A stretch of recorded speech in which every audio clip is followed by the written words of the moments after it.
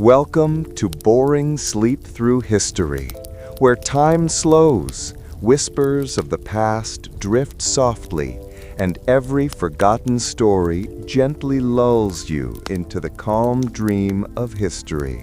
The Great War had ended, but its echoes still lived in every corner cafe. Men came home broken. Women carried a quiet strength in their silence, and the young, those who had grown up too fast, wanted to live so fiercely that it almost looked like dying. To live meant to forget, and to forget meant to drown. Some drowned in champagne, some in music, and some in a white crystalline illusion sold in glass vials behind velvet curtains. The newspapers called it a foreign medicine. The poets called it the key to the divine, but the city itself called it something simpler: relief. The machinery of the mind. To understand why heroin tempted the artists of that time, we must first understand how the mind creates beauty at all. Imagine the human brain as a vast city of electric light, billions of tiny signals flickering across invisible streets. Every thought, every dream, every melody is born when those lights meet and dance for a moment in rhythm. At the center of this city are three great districts: the prefrontal cortex, where logic, planning, and language live; the limbic system, where emotions surge and memory sleeps; the default mode network, that mysterious space where the mind wanders, the place of daydreams, of sudden connections, of what if. When these regions speak to one another in harmony, we feel something we call inspiration. But harmony is fragile, and heroin, smooth, silent, deceptive, enters that system like a false conductor. The chemical illusion of inspiration. Heroin is not a stimulant. It is a sedative dressed as a muse. When it enters the blood, it becomes morphine, which binds to the brain's opioid receptors, the gates of pain and pleasure. Within seconds, dopamine floods the system. The body feels weightless, the mind expansive. For a moment, the artist feels infinite. Every color glows brighter. Every sound stretches into eternity. Every word seems sacred. And yet, this is not creation. It is imitation, a chemical masquerade of genius. The user does not become more creative. They simply believe they are. And that belief, that temporary illusion, was powerful enough to seduce a generation. In those words lies the truth of the era. The artists of Montparnasse and Montmartre lived like saints and sinners at once. They painted by day, argued by dusk, and dissolved by night. They despised rules, rejected governments, and questioned God himself. To them, art was a religion, and heroin, perhaps, its communion wine. They believed pain was the price of authenticity. They believed numbness was the cure for that pain. And so they moved in circles, from ecstasy to emptiness, from silence to song, from life to something like it. Science of the decline. What heroin really does, the scientists would later explain, is not to open the mind, but to close it. The drug hijacks the brain's reward system. It floods the synapses with dopamine until they burn out. Then, like a city whose power lines have been overused, the system begins to dim. The user cannot feel pleasure without the drug anymore. The music dulls. The colors fade. The words dry up. What once felt like inspiration becomes dependence. The muse becomes a master, and the artist a servant. The streets of shadows. Picture this: a narrow Parisian alley, slick with rain. A poet sits by a lamppost, notebook trembling in his lap. His fingers are stained with ink and a faint trace of powder. He writes quickly, afraid that the words will vanish if he waits too long. He feels brilliant. He feels eternal. But when dawn comes, the words make no sense. They are fragments of thought, like smoke, beautiful, but impossible to hold.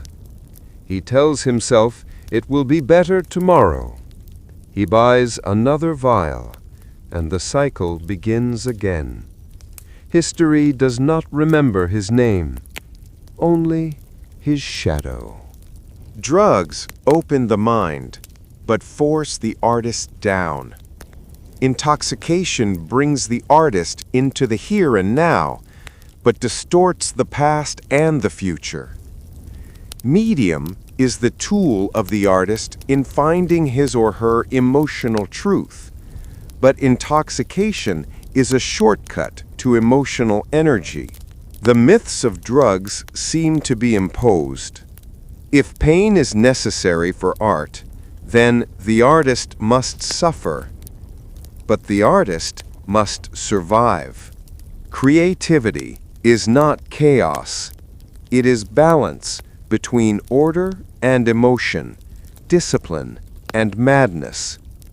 The great works of art in history were not born of oblivion, but of clarity bought at a terrible cost. Heroin offered a shortcut to the feeling of genius, not to genius itself. The quiet question. And yet, why did so many believe? Why, even today, do we romanticize the image of the tortured artist, the sleepless poet, the one who burned too bright to last? Maybe because we fear ordinary life. Maybe because pain looks poetic from a distance. Maybe because we want to believe that suffering makes us special, even if it destroys us. The artists of 1920s Paris were not villains. They were dreamers who mistook numbness for enlightenment, and the city, glittering and hollow, let them believe it. Closing reflection. So as the night fades from the banks of the Seine and the first cafés begin to open their doors, you can almost hear them, the ghosts of that generation, painters, poets, lovers, all whispering the same thing into the dawn. We wanted to feel alive. We just forgot what living really meant. Heroin did not give them creativity. It only gave them the illusion of meaning, and then quietly took it away. And yet their struggle, their fall, became the soil where modern art was born. From their ruins grew a new question, one that still haunts us a century later. Can we create without escaping ourselves? The machinery of thought. Inside your head, 100 billion neurons are at work. They are small, delicate messengers, each one reaching out to thousands of others through microscopic bridges called synapses. Every second, trillions of signals flash between them, tiny electric storms of meaning. When you think, when you feel, when you create, you are conducting a symphony of light. But here's the secret. Creativity is not one single place in the brain. It is a conversation between many. The creative network. 3 great systems guide the act of creation. 1 The default mode network, the dreamer's space. It activates when you are not focused on anything at all, when your thoughts wander, when you stare out the window, when the shower becomes a universe of ideas. 2. The executive control network, the architect. It shapes and tests ideas, turning chaos into structure. 3. The salience network, the gatekeeper. It decides what deserves attention, what is relevant, what is noise. Together, they form a balance, a rhythm of imagination and logic, wildness and restraint. And in that fragile balance, art is born. The real flow state. Psychologists call it the flow state. That moment when time dissolves, when effort disappears, when the artist and the art become one. Flow is not intoxication, it is immersion. It comes from focus, not escape, from connection, not isolation. In flow, the brain releases dopamine and norepinephrine naturally, just enough to sharpen awareness, to quiet the critic, to let creativity breathe. But heroin is not flow, it is flood. It smashes open the dam, drowning the mind in a surge of artificial euphoria. And what feels like inspiration is actually disconnection, the brain slipping away from its own control. What heroin really does. When heroin enters the bloodstream, it transforms into morphine and binds to the brain's mu-opioid receptors. Pain disappears, anxiety fades, the body feels warm and slow, the mind begins to float. The limbic system, the seat of emotion, starts releasing dopamine in massive waves. The prefrontal cortex, the center of judgment and planning, grows quiet, almost numb. For a poet or a painter, this silence can feel divine. The inner critic is gone. The fear of failure disappears. Words flow freely. Colors seem infinite. But the cost is hidden. Every time the brain receives pleasure without effort, it becomes lazier at producing it naturally. It begins to expect shortcuts, chemical miracles instead of genuine achievement. And soon, the artist cannot create without the drug. The muse has become the leash, the slow collapse. At first, the change is invisible. The artist still paints, still writes, still smiles. But the rhythm of their work changes. They start missing details. Their colors lose depth. Their metaphors repeat. What once took hours of thought now takes minutes, but the soul has gone missing. Neuroscientists call this tolerance, the brain's gradual adaptation to excess dopamine. To feel the same joy, the same creative rush, the user needs more and more of the substance. And as dopamine production falls, so does motivation.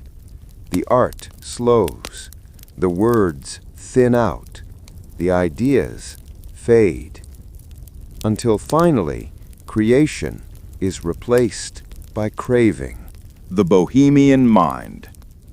In the cafés of Paris, this tragedy wore beautiful clothes. People spoke of expanding consciousness, of transcending limits, of finding the self. They believed the drug was a doorway, a shortcut to the divine. But in truth, heroin does not open doors. It paints windows on the walls of a cell. It makes you believe you can see the stars while you are slowly forgetting the sky. Many artists of that era, Jean Cocteau, Colette, Even whispers of Coco Chanel walked that fine line between brilliance and oblivion. Some returned, some did not. Their stories became myths, romantic tales of tortured genius, but beneath the poetry was something colder, quieter, and far less noble. A brain rewired by chemistry, trying desperately to remember who it was. The false muse. Heroin tricks the mind into feeling complete.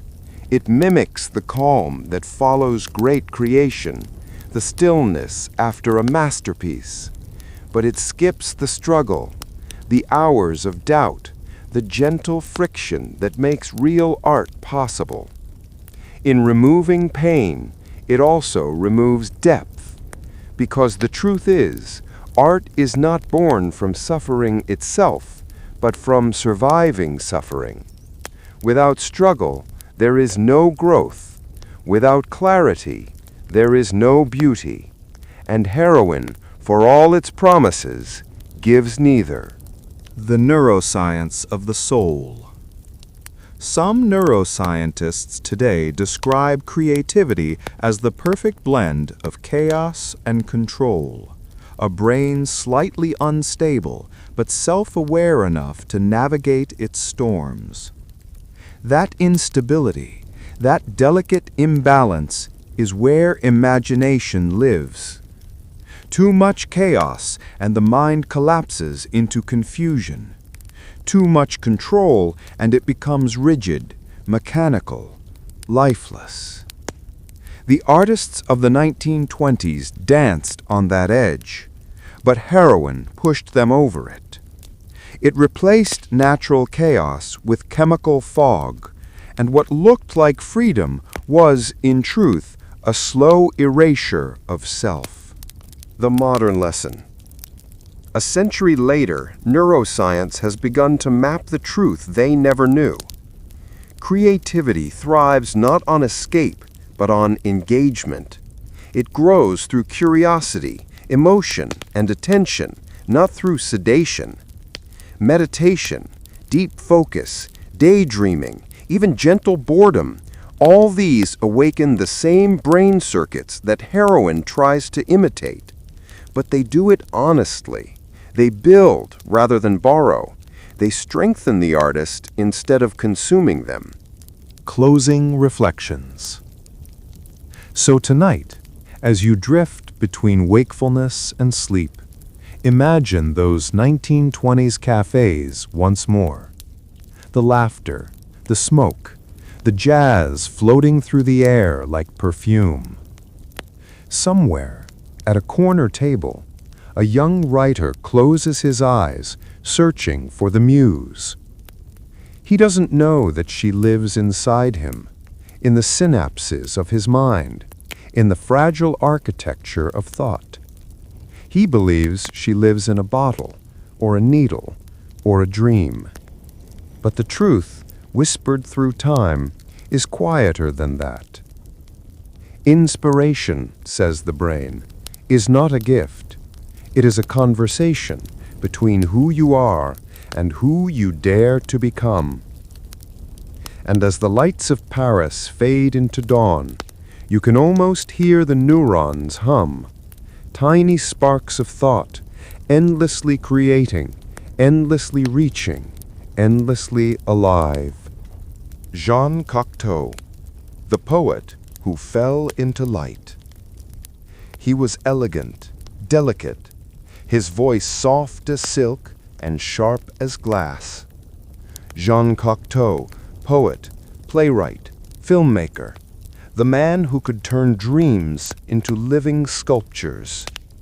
To him, art was a mirror, and he could never stop looking into it. But by 1925, the mirror began to crack. His days were filled with noise, friends, parties, theater rehearsals, endless talk. But his nights were haunted by silence too deep to bear. One evening, a friend offered him something new, a powder, white and soft as snow. Just to quiet the mind, they said. And when he took it, the silence turned to silver. Words flowed like water. The pain, the fear, the self-doubt, all dissolved. He called it la paix artificielle, the artificial peace. Soon Cocteau was writing endlessly, his notebooks filled with visions of angels and shadows. He believed heroin had opened a door to a secret world, but that world was a trap. The spiral. In his diaries, Cocteau wrote, "I am a slave to a syringe that rules my life. I live in a dream of mirrors. I write with my blood." He began to lose time. Hours disappeared into the ritual. The heating spoon, the trembling needle, the false calm. Friends stopped visiting. Producers stopped calling. And yet, he kept writing. Not for fame, not for beauty, but to survive himself. He wrote Opium, the diary of his cure. A confession, a map of descent and resurrection. He described withdrawal not as pain, but as a war of light and shadow within the soul. It took him years to climb out, but when he did, he no longer glorified the drug. He spoke of it as a ghost, beautiful, seductive, and merciless. Coco Chanel, the elegance of emptiness. Across the Seine, another legend was weaving her own myth. Coco Chanel, the woman who freed women from corsets, who turned simplicity into power. Her life was a performance of control, every gesture precise, every emotion hidden behind perfume and pearls. But beneath the perfection, there was hunger. The world saw glamour. She felt only distance. In private, Chanel surrounded herself with artists, Picasso, Stravinsky, Cocteau.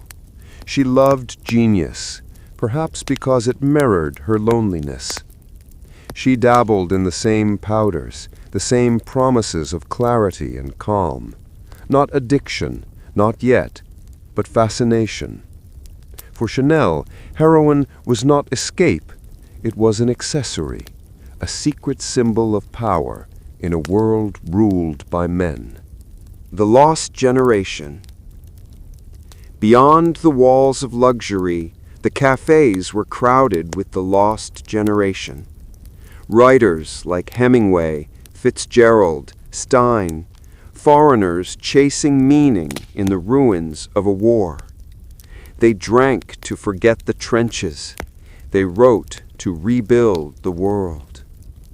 But in the same streets, a quieter epidemic was spreading, not of gunfire or blood, but of needles and dreams. Painters sought visions through smoke and powder. Musicians chased rhythm through intoxication. Poets tried to reach the divine by destroying themselves. It was not rebellion. It was grief wearing makeup. Europe was healing from World War I. Millions dead, millions more disillusioned. Faith in God, government, morality, all fractured. So they turned to art. And when art was not enough, they turned to chemistry. Art as religion. In those days, art replaced faith. Painters were priests, poets were prophets. The café became the new cathedral. Its altars were tables, its candles, cigarettes. And heroin? Heroin was the communion. To feel deeper, to see more clearly, to touch the infinite, even if only for a moment. They did not realize that every injection was also an erasure of memory, of clarity, of life. The aesthetic of decay. If you look at the art of that era, the surreal paintings, the fragmented poems, the disjointed rhythms of early jazz, you can feel it. Beauty laced with despair, dreams soaked in melancholy. The modern world had lost its innocence, and so had its artists. Heroin, in its strange way, fit perfectly into that aesthetic. Cold, elegant, detached. It was the drug of choice for those who wanted to feel everything and nothing at once. Cocteau's return. In 1929, after countless relapses, Jean Cocteau emerged from his fog. He wrote again, not from intoxication, but from memory. He said, quote, "The poet must suffer his demons, not feed them." His later works glowed with gentleness. Films like Beauty and the Beast whispered of redemption, of finding purity within darkness. The man who once sought heaven through heroin had learned that paradise was simply clarity, a mind unclouded, a heart unafraid. Chanel, meanwhile, outlived almost all of her contemporaries. She survived wars, scandals, lovers, and loneliness. Her brand became eternal, a symbol of independence born from both power and pain. When asked later in life about her youth, she smiled and said, "Luxury must be comfortable, otherwise it is not luxury." But behind that comfort was the memory of a generation that found neither. The cost of genius. What the 1920s proved in every poem, every painting, every broken life is that brilliance and destruction often grow from the same soil. To feel deeply is a gift, but to drown in that feeling is a curse. Heroin promised transcendence. It delivered emptiness. Yet from that emptiness, something strange happened. The birth of modern art itself. For in their ruin, the artists of that time created a mirror in which the whole century saw its own reflection. The quiet lesson. As the cafés closed and the jazz faded into memory, the city of Paris exhaled. The lost generation was gone, but their echo remained in every film, every dress, every dream of freedom. Their lives remind us that art is not found in escape, but in endurance.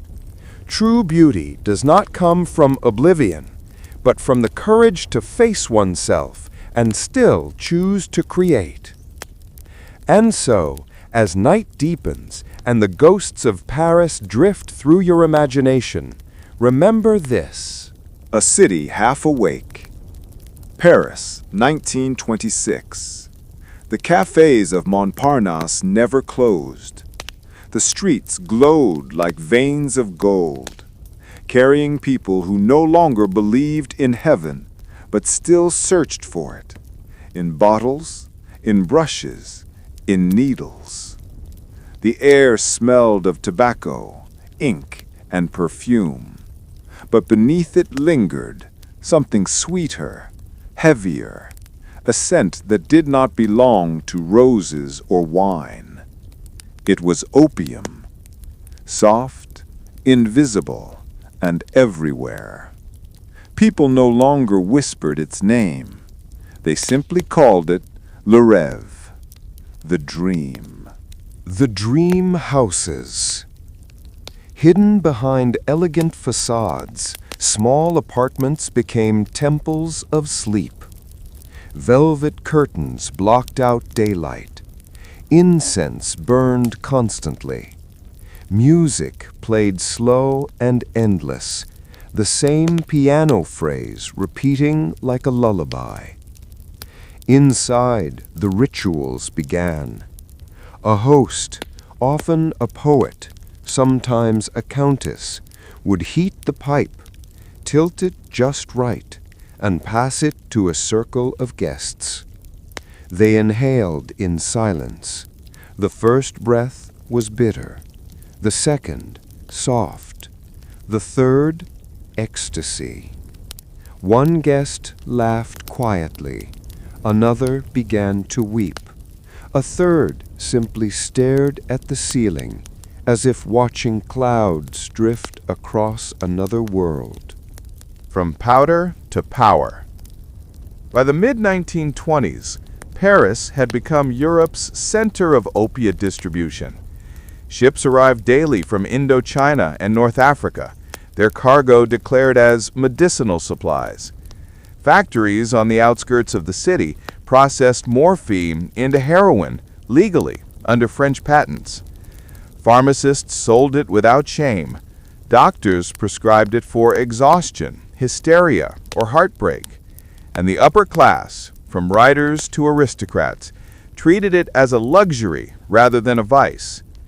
Behind the glamour, though, was a network far larger than anyone realized, a web of smugglers, chemists, and financiers that reached from Marseille to Shanghai. The hidden network. It began with the French colonial trade routes. Poppy farms in Laos and Vietnam fed the factories of Marseille. From there, morphine traveled quietly into Europe's veins. Officials looked away. Some were paid to. Others were simply tired.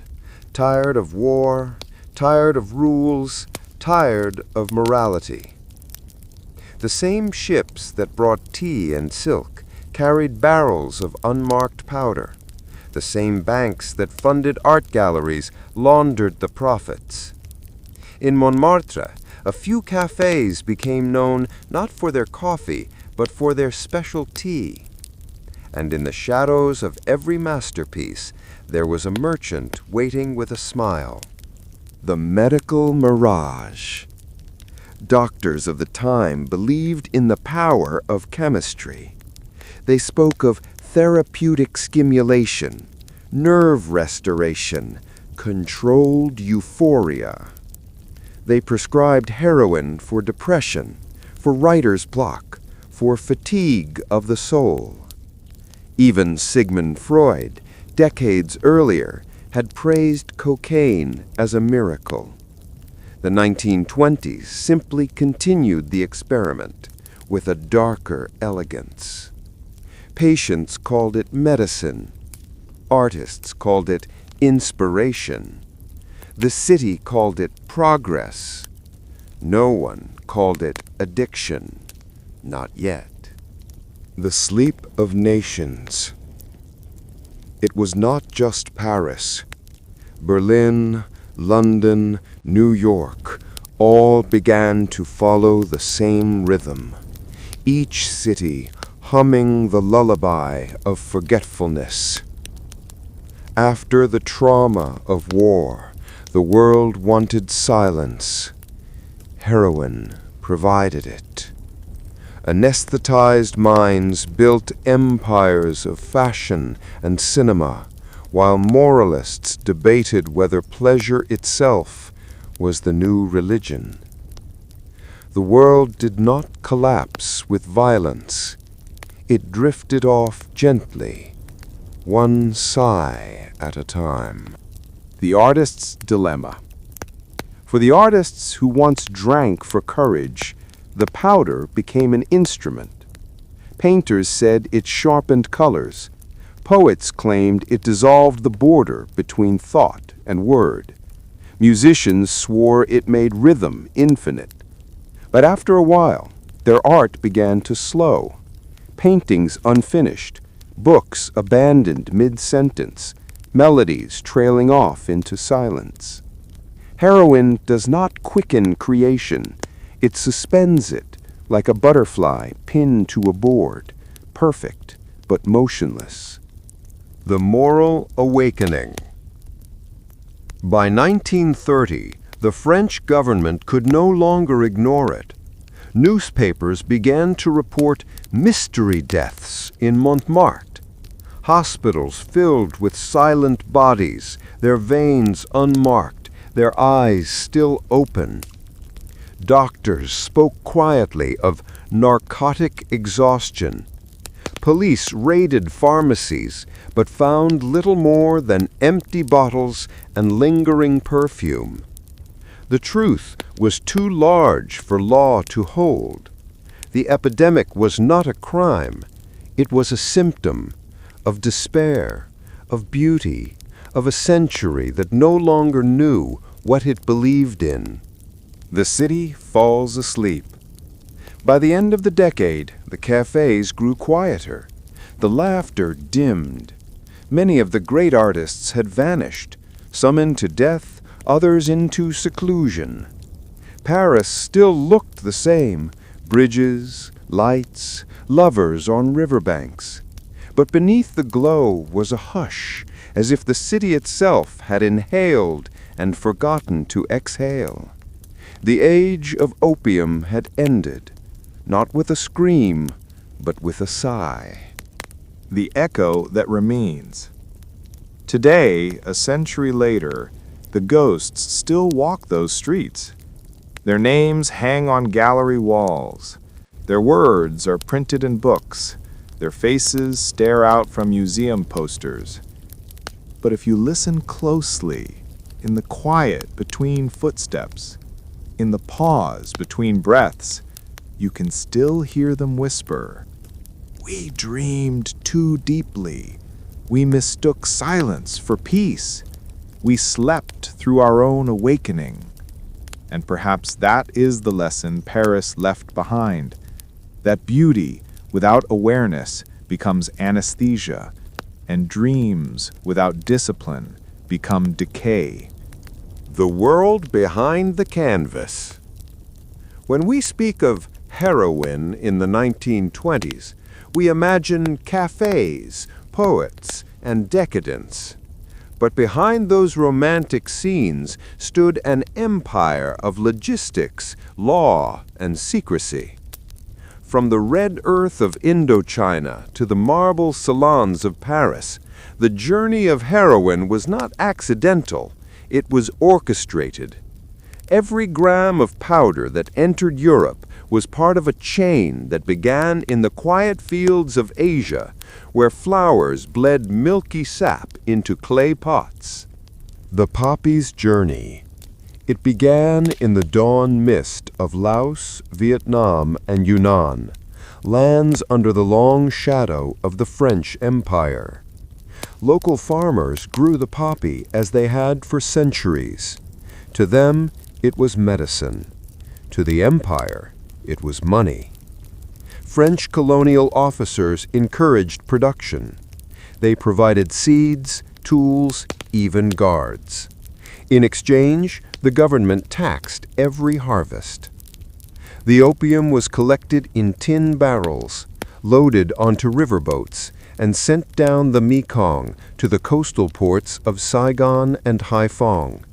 From there, it sailed to Marseille, the beating heart of Europe's narcotic trade. Marseille, the alchemist's city. In Marseille, the sea smelled of salt and secrets. Warehouses near the docks hid laboratories, disguised as perfume or dye factories. Chemists, some trained by the military, refined opium into morphine, and morphine into diacetylmorphine, heroin. It was clean, white, efficient, the modern drug for the modern soul. Companies even printed it on labels. Heroin, a remedy for fatigue, anxiety, and the nerves. No one questioned it. France was proud of its pharmaceutical innovation. Only later would the world realize that the same laboratories were also feeding addiction abroad, especially in China. The Eastern Mirror, Shanghai and the French Connection. Across the world, In Shanghai, another kind of Paris shimmered. The French Concession, a district ruled not by China, but by France itself. It was a place of luxury and vice, where silk merchants, gangsters, and diplomats walked the same streets. Opium flowed freely through tea houses and gambling dens. French police turned a blind eye. In return, they collected silent payments, a percentage of the city's narcotic economy. Ships carrying opium from Indochina would dock in Shanghai and unload their cargo under the same flag that waved over Paris. The circle was complete. Production in Asia, refinement in France, and profit in both. Secret hands, the hidden syndicates. By 1927, the trade had become too vast for governments to control, and too profitable to stop. So other powers stepped in. In Marseille, the Corsican underworld began to merge with remnants of military intelligence from World War I. Former officers, smugglers, and financiers created networks that operated beneath official law. They shipped heroin through diplomatic channels, using consulates and embassies as cover. Documents were sealed, and so were fates. They called it le milieu, the middle world, neither fully criminal nor fully official. It was the embryo of what, decades later, would become the French Connection, the largest heroin network in modern history. The economic design of addiction. Why would nations allow it? Why would they risk their reputation for something so morally dark? The answer is simple and cruel. Addiction was profitable. Colonial economies were built not just on labor, but on dependency. If a population depended on a substance that only the empire could supply, control was complete. Opium financed armies, built ports, and kept the machinery of empire humming. In many ways, heroin was not a crime, it was a policy. The politics of forgetting. In Paris, debates flared in Parliament. Should France restrict the export of narcotics? Should morality interfere with commerce?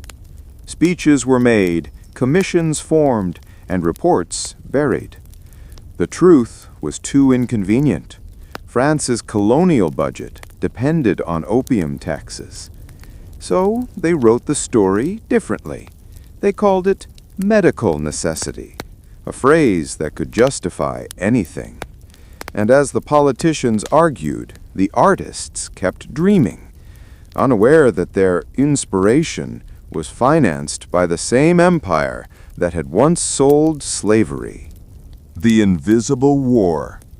In Shanghai, opium dens burned day and night.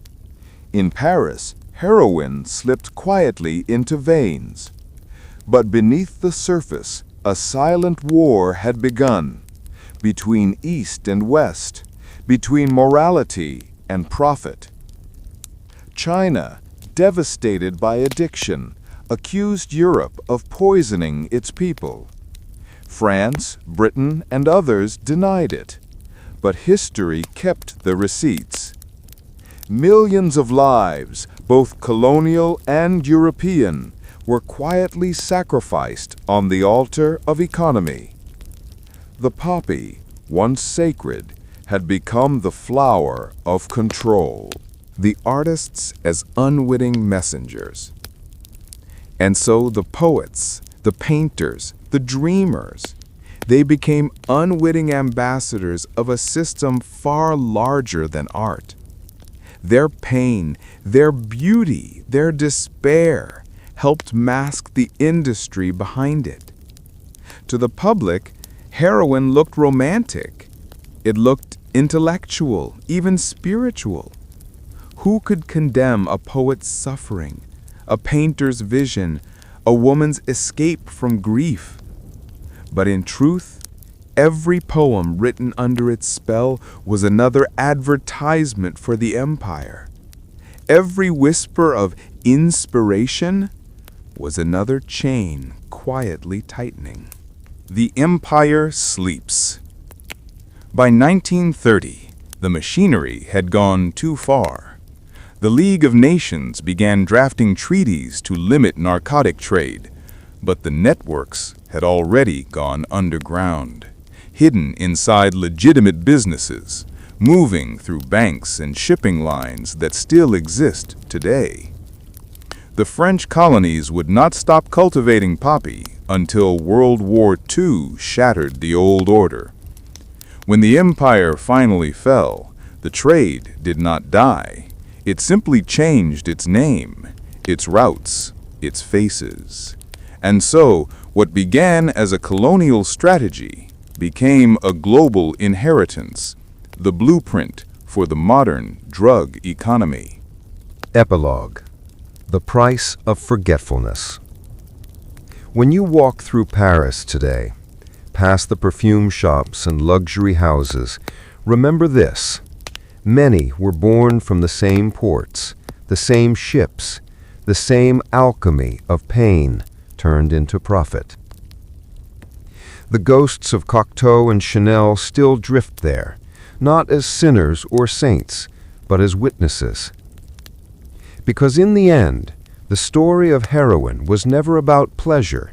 It was about control, of nations, of art, of the human mind itself. And as the night deepens, and the music of the cafés fades once more, the question remains: inside the human engine, imagine your mind as a vast, glowing city. Neurons spark like streetlights, thoughts move like trains, emotions pulse through electric avenues. Every joy, every sorrow, every creative idea is nothing more than a signal traveling through invisible wires. Heroin doesn't destroy this city, it rewires it. It takes the streets meant for love, hope, and art and turns them toward a single destination: pleasure. The hijacking of the reward system. Deep inside the brain, beneath the layers of reason and memory, lies a small structure called the ventral tegmental area, the birthplace of dopamine. Dopamine is not happiness. It's the signal that says, "That felt good. Do it again."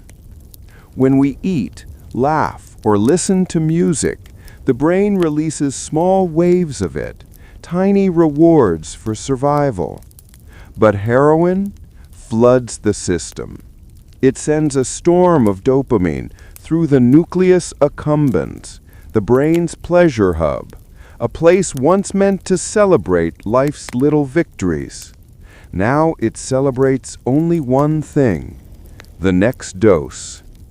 The poet's euphoria, the painter's calm, the writer's sudden rush of clarity.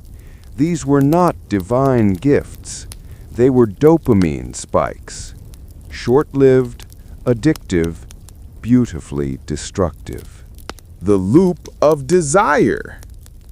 The tragedy of addiction is not in the drug itself, it's in the loop it creates. Use to euphoria, to withdrawal, to craving, back to use. Each cycle carves a deeper trench in the brain's circuitry. Soon, the path to pleasure becomes automatic. The mind forgets every other road. Even when the body no longer feels good, the brain remembers that it once did.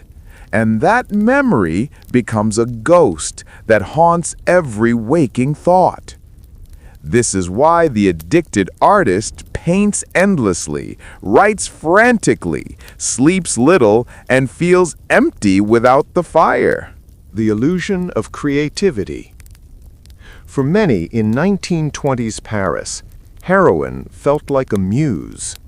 It quieted anxiety, softened self-doubt, and opened strange corridors of thought. But neuroscience reveals a cruel truth. The drug doesn't create new ideas. It silences the critic. It lowers inhibition, disconnecting the prefrontal cortex, the part of the brain that questions, analyzes, and doubts. Without that inner voice, thoughts flow freely, but without judgment. It feels like genius. It's actually chaos disguised as inspiration. That's why so many addicts create prolifically and then destroy their own work. The muse they chased was only their brain in chemical disarray. Memory and the fragile self. Heroin also reshapes memory. It dulls the hippocampus, the region responsible for recording new experiences. Time slows down.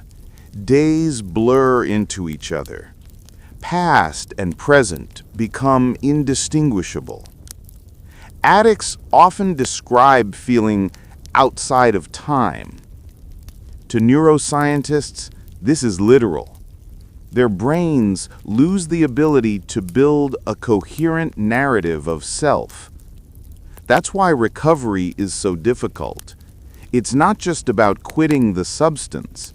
It's about rebuilding identity from fragments the drug has scattered.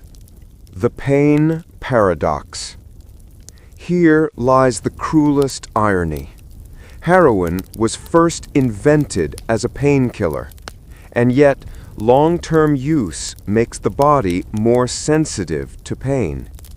This phenomenon, called hyperalgesia, means the brain's pain circuits become overactive as the drug fades.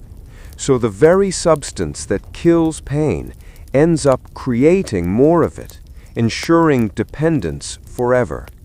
It's a perfect trap. Relief creates agony, and agony demands relief. The slow collapse of time. Neuroscientists discovered that heroin alters the brain's perception of time itself. Moments stretch, hours vanish. The sense of before and after dissolves. To the addict, the next dose feels not like a choice, but like destiny. In brain imaging, this manifests as a dimming of activity in the dorsolateral prefrontal cortex, the seat of future planning. Without a future, only the present craving remains. That's why so many artists described the sensation of infinite now. It wasn't poetry, it was neurology. The reprogramming of the mind. Imagine a pianist playing the same note every day for years until every other key is forgotten. That's the brain on addiction. Every thought, every emotion is bent toward the same reward pathway. Over time, that pathway becomes the only music the brain knows. Even when the person quits, the neural imprint remains, like grooves carved in stone. This is why relapse can occur years later. The system never forgets its pattern. It only sleeps, waiting. The dual consciousness. Many addicts report a strange division of self. One part watches, while the other acts. Neuroscientists call this cognitive dissonance, but spiritually, it feels like haunting, as if a second person has taken residence within. This observer self watches the body seek pleasure, while the soul mourns from a distance. It's not madness. It's the brain trying to reconcile its survival instinct with its destruction impulse. Addiction, in this sense, is not weakness. It's the human system caught in an impossible contradiction. The fragile gift of recovery. Yet even after years of damage, the brain can heal. Neuroplasticity, the brain's ability to rewire itself, is the quiet miracle that keeps hope alive. When dopamine pathways rest, new circuits form. The old hunger weakens. Color returns to the world. The first time a recovering addict laughs, truly laughs, is often described as a new kind of light. And though art born of addiction may burn brightly, art born of recovery glows softly, steadier, truer, free from the machinery of need. Epilogue: the machine and the soul. So in the end, what is addiction? It's the collision of biology and longing. The body seeks balance, the soul seeks meaning. And somewhere between the two, a small, fragile human tries to make sense of both. The scientists call it a disease. The poets call it despair. The truth lies somewhere in between, in the quiet hum of neurons that only ever wanted one thing: to feel alive. The morning after the storm. When the 1930s ended, Europe was exhausted. Wars had broken empires. The heroin networks of Paris and Marseille had begun to collapse. Artists who had once painted in smoke-filled rooms now found themselves in ruins, their bodies weak, their visions dimmed, their cities scarred. And yet, in that silence after destruction, something fragile began to grow. It wasn't the ecstatic brilliance of the 1920s. It was quieter, more human, more awake. For the first time in decades, art began not from intoxication, but from healing. The death of the decadent dream. The war years exposed a truth that the avant-garde had refused to see. Beauty without morality is hollow. The same civilization that had worshipped art, fashion, and intellect had also built concentration camps and chemical weapons. The dream of art for art's sake died in the ashes. The heroin haze of the 1920s looked obscene beside the real suffering of millions. And so, artists turned inward, seeking not pleasure, but meaning. The Age of Reflection. Post-war Europe was a continent in therapy. Every painting, every poem was an attempt to remember who humanity had been before the madness. In Paris, Jean-Paul Sartre sat in cafés again, but this time not to dream, but to question. He spoke of existentialism, the idea that meaning is not given, but chosen, that freedom is painful, and consciousness a burden we must carry. In this new world, art was not escape, it was responsibility. Pain was no longer romantic, it was sacred. The rise of abstract expressionism. Across the ocean, in New York, a new movement was being born. Artists like Jackson Pollock, Mark Rothko, and Willem de Kooning carried the ghosts of Europe within them. They painted not what they saw, but what they felt.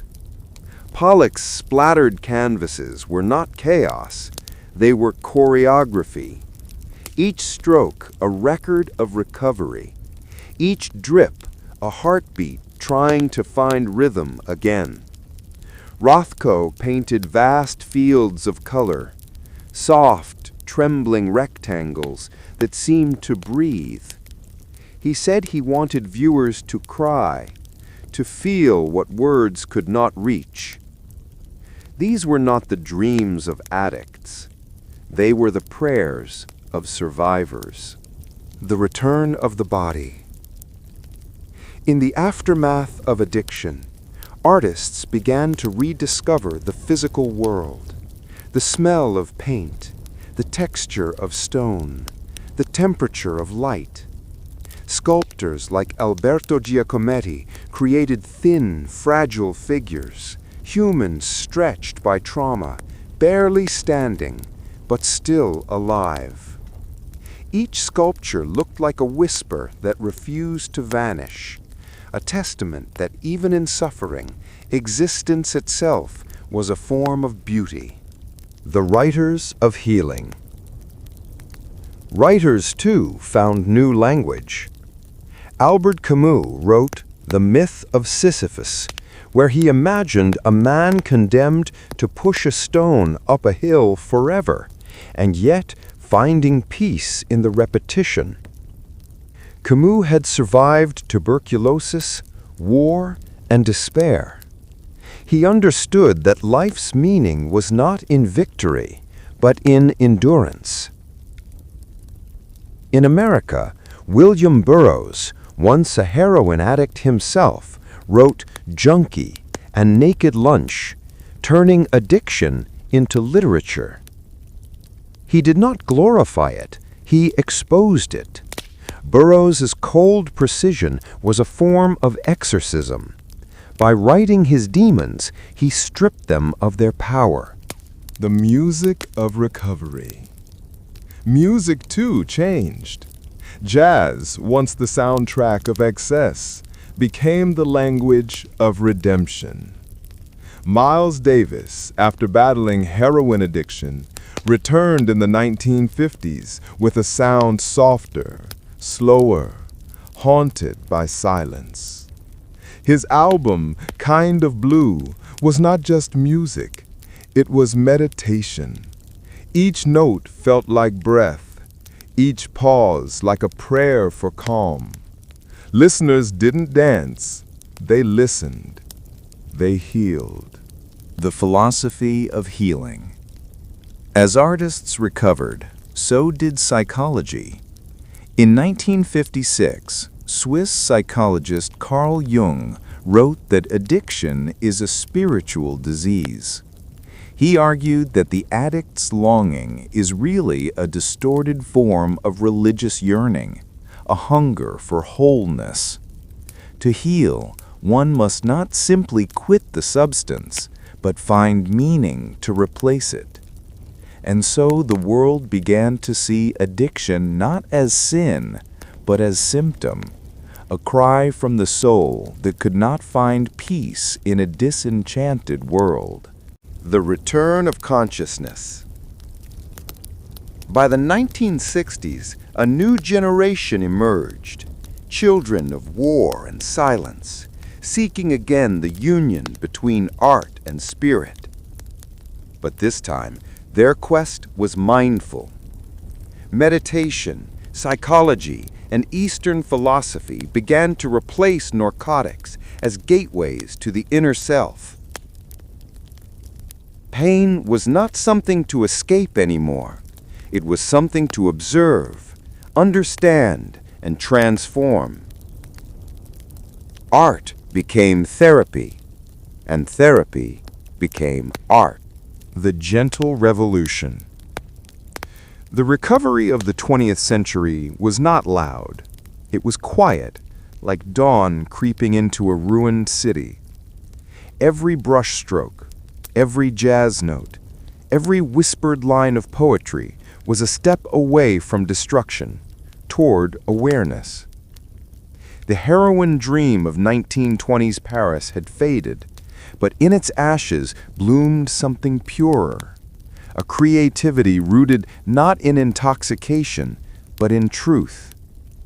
And though the world still struggles with addiction and despair, each act of creation remains a small rebellion, a proof that the human spirit, even broken, can build beauty again. Epilogue: The Art of Being Awake. The story of art after addiction is not about forgetting pain. It's about learning to live beside it.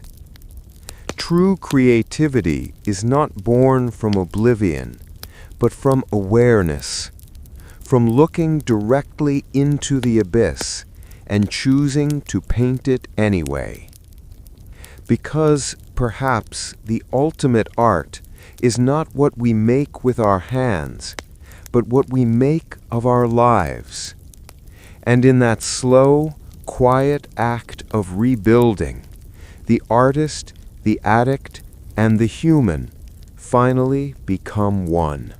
The new empire of desire.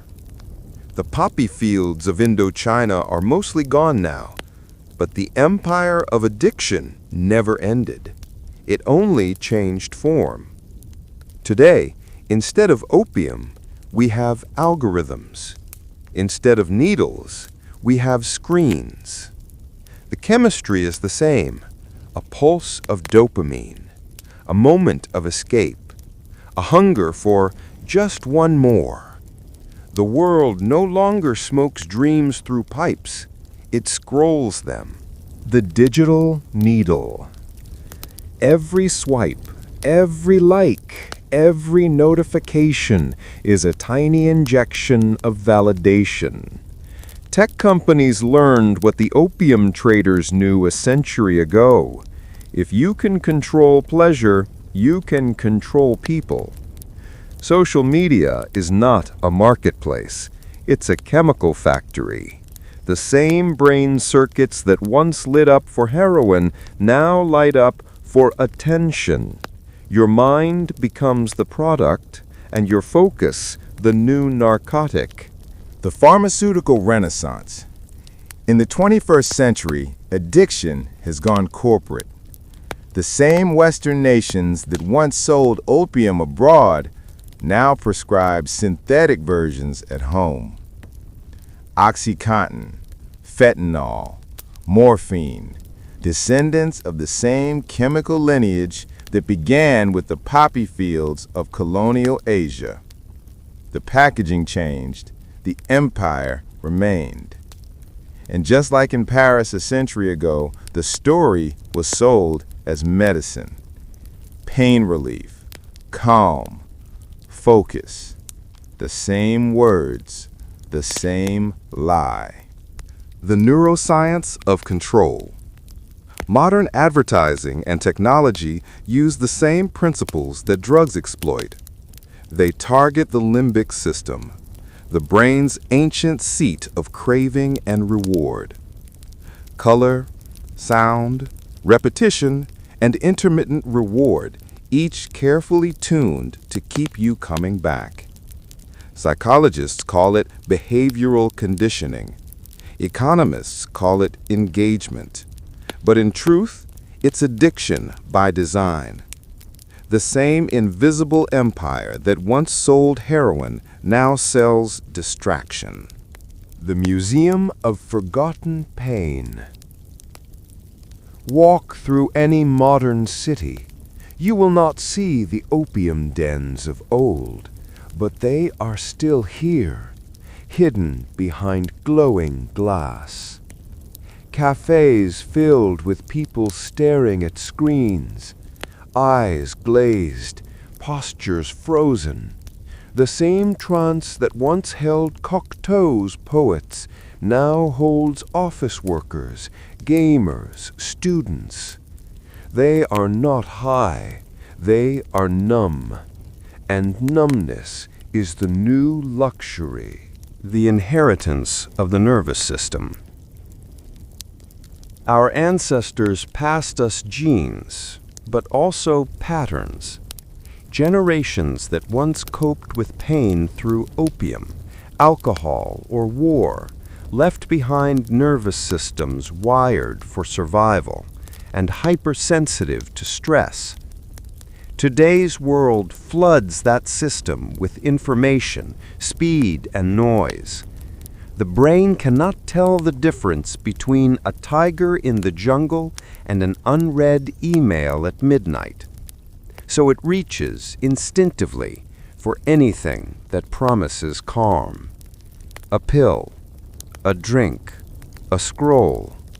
The names change, the need does not. The myth of progress. We tell ourselves that humanity evolves, that science and reason free us from the past. But look closely. The architecture of control has not vanished. It has simply gone invisible. In the 1920s, heroin disguised itself as art. In the 2020s, it disguises itself as innovation. Both promised freedom. Both sold dependence. Progress, perhaps, is just addiction with better branding. The cycle of forgetting.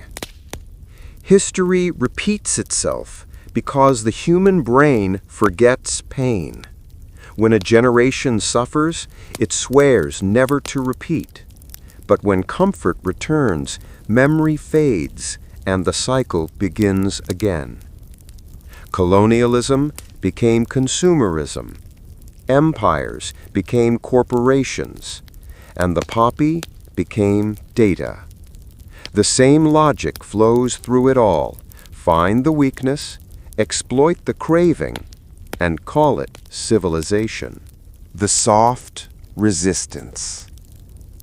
But not everyone is asleep. Across the world, a quiet rebellion is growing. Not with weapons, but with awareness.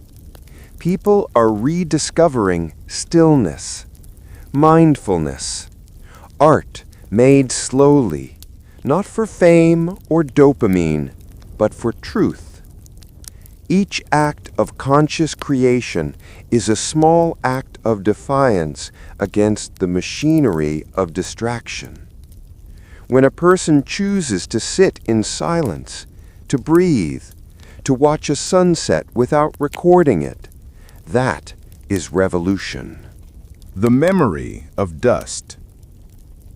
Every civilization leaves behind a residue, a fine layer of dust made from all it tried to forget.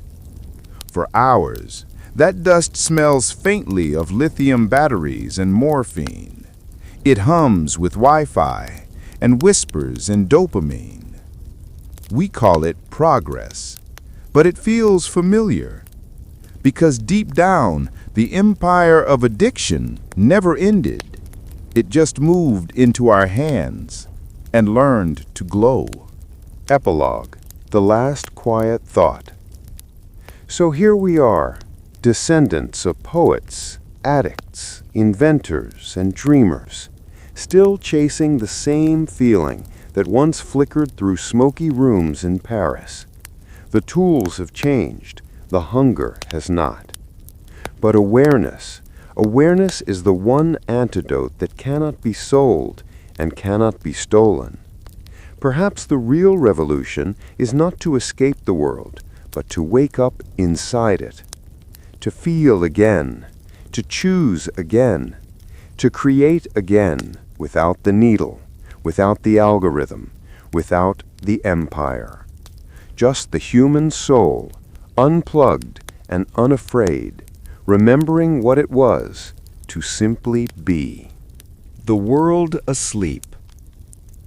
Once upon a time, the world fell asleep under the scent of the poppy. Empires built ships of smoke. Artists built worlds of illusion. And humanity drifted through centuries, half awake, half dreaming, always chasing that fleeting glow between pain and peace. Every civilization invents its own anesthesia. The Romans had wine. The Victorians had morphine. We have information. Different bottles, same longing. The whisper beneath the noise. Beneath the endless scroll, the flashing lights, the pills, the promises, there is a whisper that never dies. It says, remember. Remember the feeling of sunlight on your face, the sound of rain without headphones, the taste of water when you are truly thirsty, the weight of silence. This whisper is not nostalgic, it is ancient. It comes from the same place that once dreamed in the caves of Lascaux, that once painted stars on stone, that once sat by firelight and told stories to stay alive. It is the voice of the awake. The dream that became a machine. The world learned to turn desire into energy. We built machines to move faster, to work longer, to think for us. We called it progress. But every machine we built was modeled after our own minds. Circuits that crave reward, loops that seek repetition, systems that never stop running. We did not invent artificial intelligence. We simply gave our addiction a body. The dream became a machine, and the machine kept dreaming. Memory as a river. Memory is not a library, it's a river. It flows through us, carrying fragments of everything we have ever touched, seen, inhaled, or imagined. Sometimes it floods, and we drown in nostalgia or regret. Sometimes it dries, and we forget who we are. But when it flows gently, it connects past and present in one slow current. History is not behind us. It moves through us. Each of us a drop in the river's endless course. And maybe, just maybe, every generation that forgets is simply another wave returning to the sea. The art of remembering. To remember is an act of rebellion, because the system, the empire, the algorithm, the drug, thrives on forgetting. Forgetting who we are, forgetting what matters, forgetting that once, long before industry and empire, we were simply alive, breathing, feeling, creating without needing to be watched or sold. Art is not decoration. It is a remembrance. It is how the soul resists amnesia. Every poem, every song, every brushstroke is a small torch against the dark. The silence between thoughts. If you listen closely enough, there's a moment between thoughts, a stillness too small to measure. It is there that all things dissolve, identity, addiction, time. For a heartbeat, there is no craving, no empire, no me, only awareness itself, wide, endless, awake. That is freedom, and it has been here all along. The long return. History is not a line, it is a spiral. Each turn brings us back to the same question, but from a slightly higher view. What is freedom? Is it the absence of pain, or the ability to face it without running? Every artist, addict, monk, and scientist has wrestled with this same question, and in their struggle, they built everything we call civilization. Perhaps we were never meant to escape the cycle, only to wake up inside it. The light that never left. Even in the darkest century, a few lights never went out. The nurse who stayed beside the dying, the poet who kept writing in prison, the mother who hummed to her child while bombs fell outside. They were not addicted to escape, they were addicted to love. And love, in all its forms, tender or fierce, is the only power that addiction cannot counterfeit. Because love does not sedate, it awakens. The dream wakes, and so the dream begins to remember itself.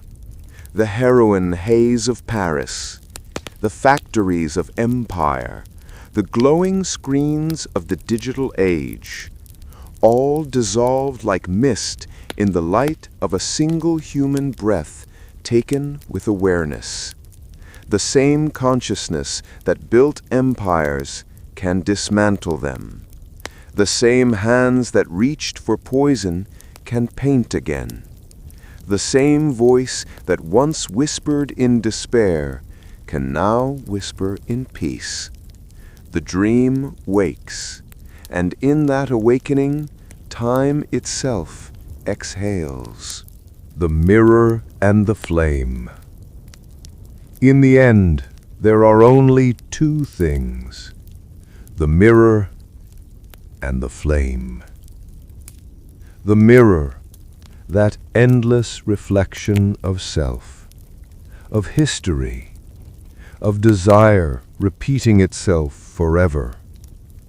And the flame, the small, trembling light that knows it is more than reflection.